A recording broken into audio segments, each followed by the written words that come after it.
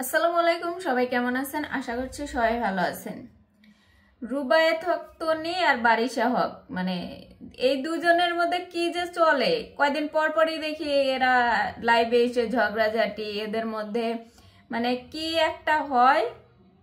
এই যেমন দুই সতীন যেমন করে, এরা ঠিক তেমন।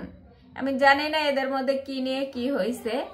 এর আগে কিছুদিন আগেও এদের দুইজনের একটা টিভি শো থেকে ঝগড়াঝাটি শুরু হয়েছিল। এখন বর্তমানে আবার নতুন করে শুরু হয়েছে। এখন কথা হইতেছে যে বাংলাদেশের মানুষজন এইগুলা নিয়েই আসলে ঘাটাঘাটি বেশি করে।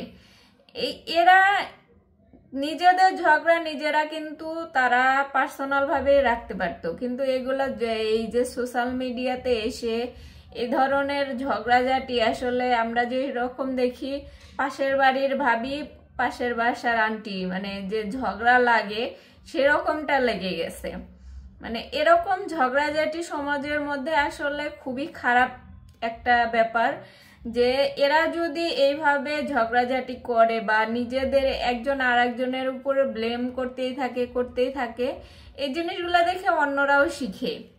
এরা তো এখন বর্তমানে ইনফ্লুয়েন্সার বলেন বা উদ্যোক্তা বলেন, যারাই বলেন, এরা তো টপ লেভেলে আছে, এদেরকে তো অনেকেই ফলো করে।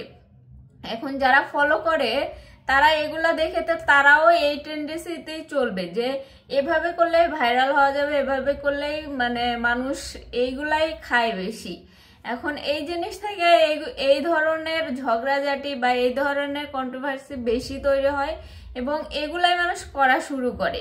বিশেষ করে দেখবেন যারা সোশ্যাল মিডিয়াতে কাজ করে, ইনফ্লুয়েন্সার হিসেবে করুক, উদ্যোক্তা হিসেবে করুক, যে কোনো ভাবেই করুক, তারা কিন্তু এই জিনিসগুলাই আরো বেশি, মানে তারা যাদেরকে ফলো করে তারা যেটা করে সেগুলাই ছোটরাও সেগুলাই ফলো করে।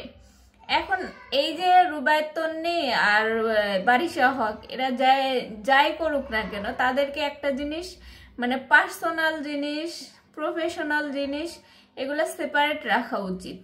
একজন আরেকজনকে যেভাবে মানে ব্লেম করে এরা, মানে এটা আসলে ঠিক না। এগুলা দেখেও তো অনেকে শিখে।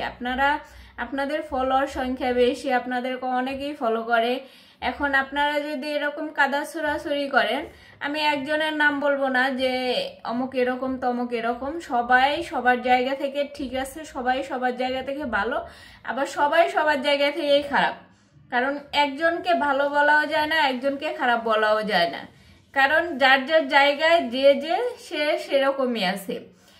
হয়তো আপনার পছন্দ না, আপনি তাদেরকে ফলো করেন না, যারে পছন্দ তারে ফলো করেন, তারে সাপোর্ট করেন, ঠিক আছে।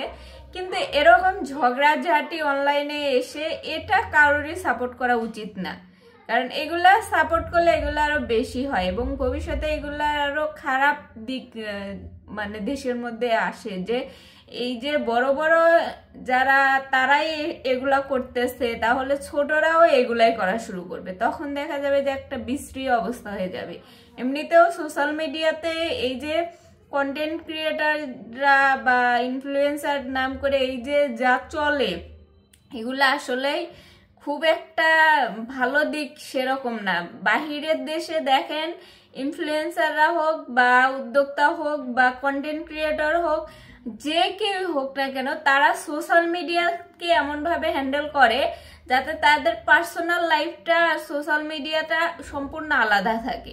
প্রফেশনাল লাইফ একটা, পার্সোনাল লাইফ একটা, আর সোশ্যাল মিডিয়াতে আমরা যা দেখাই সবাই সবকিছু কিন্তু এক না, সম্পূর্ণ আলাদা রাখা খুবই জরুরি।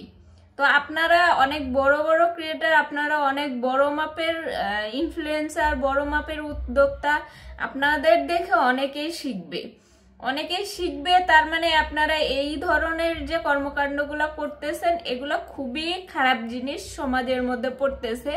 অতএব নিজেদের কন্ট্রোল করুন, নিজেদের মধ্যে সেটেল করুন, বা যাই করুন সেটা সোশ্যাল মিডিয়ার আড়ালে করুন। সোশ্যাল মিডিয়াতে এমনিতেও যেসব সাংবাদিকরা আছে আপনাদের তথ্য খুঁটিনাটি খুঁটে বের করে, এখন আপনারা নিজেরাই এসে সব প্রকাশ করতেছেন, তাহলে তো মনে করেন যে সমাজের মধ্যে এটা খুবই বাজে একটা দিক হবে।